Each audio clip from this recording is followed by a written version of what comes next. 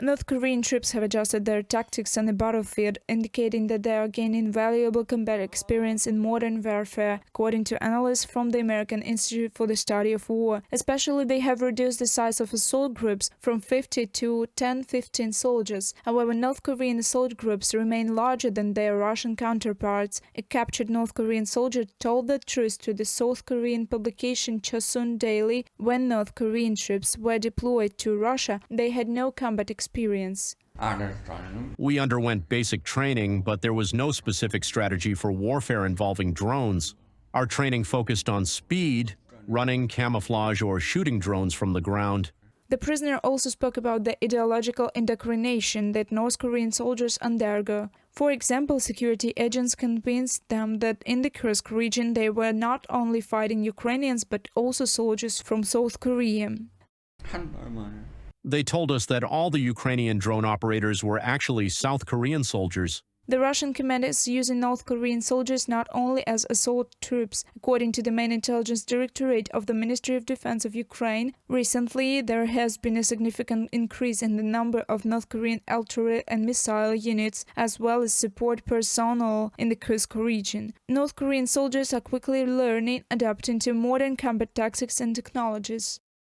Their combat effectiveness has improved dramatically, not only with conventional weapons like tanks, but also with advanced systems such as drones. Vadim Skibitsky, representative of the main intelligence directorate of the Ministry of Defense of Ukraine, in an interview with the Chosun. The Russian Federation first involved North Korean troops in combat operations in the Kursk region in the fall of 2024. According to both Ukrainian and South Korean intelligence, there are about 20,000 servicemen in total. Despite significant losses, around one-third of the North Korean contingent, North Korean troops continue to participate in joint operations with Russian forces, emphasized Kirill Bogdanov, the chief of the main intelligence directorate of intelligence of Ukraine. Pyongyang is using Russia's war against Ukraine to modernize its military technologies and gain an army with modern combat experience.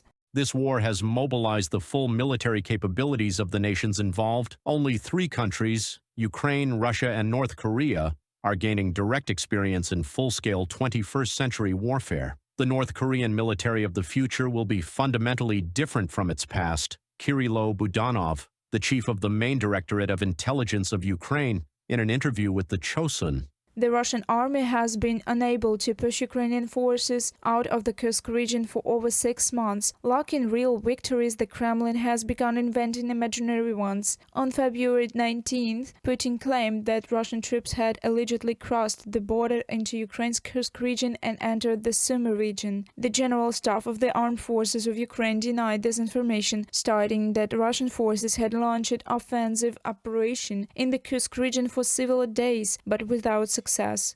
One of the repelled attacks around 6 o'clock in the morning was an attempt by a Russian unit to advance towards the Ukrainian state border on the Nikolaevo-Darino-Zhuravka axis. The attempt was unsuccessful. There are no grounds for panic. The armed forces of Ukraine continue defensive operations in the Kursk region of Russia, destroying the enemy and holding several hundred square kilometers of the aggressor country's territory. DMYTROLYKHOVIY, representative of the General Staff of the Armed Forces of Ukraine, on Facebook.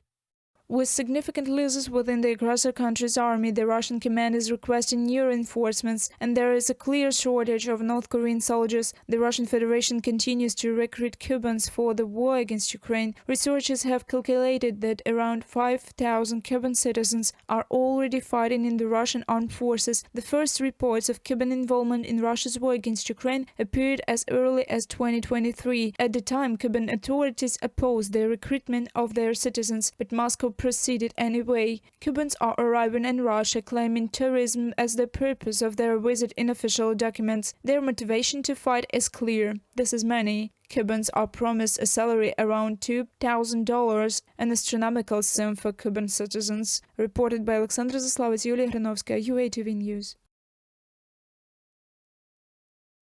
Ukrainian President Volodymyr Zelensky posted a video on social media of an interrogation of a captured North Korean soldier. The serviceman claims that he did not know he would be fighting against Ukraine, and even his mother is unaware of his whereabouts. According to him, they were transferred from North Korea to Russia by ferry and then by train, and while being kept in complete informational isolation. Over 100 of us were transported on a ship. It was a Russian ferry cargo. There were only people on it, no equipment. The people I was with on the ferry were also the same ones on the train. The train had 6 tables and beds, with around 100 people in total. During the interrogation, the North Korean soldier explained that he served in a reconnaissance battalion. He joined the military at 17, as is customary in North Korea.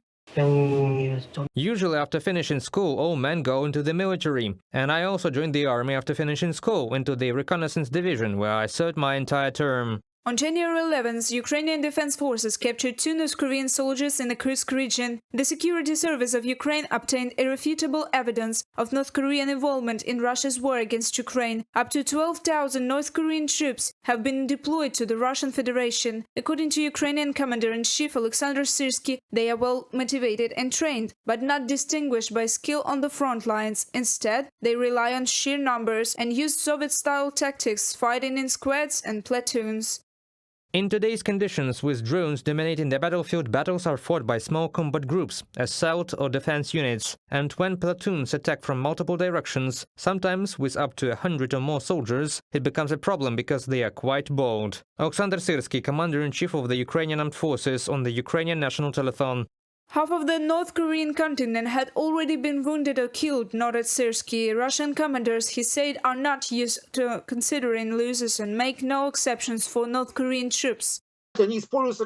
They are treated like goods. When we buy something, we care about it until it spoils. When it's ruined, we throw it away and buy something else. This is exactly how the North Korean and Russian leadership treat these people. There is no difference. By April 2025, the entire North Korean military presence in Russia's Kursk region could be wiped out, according to analysts from the Institute for the Study of War. They estimate that North Korean troops have been suffering critically high losses, around 92 soldiers per day since they started participating in combat. Reported by Alexandra Zaslavets, Victoria Smirnova, UATV News.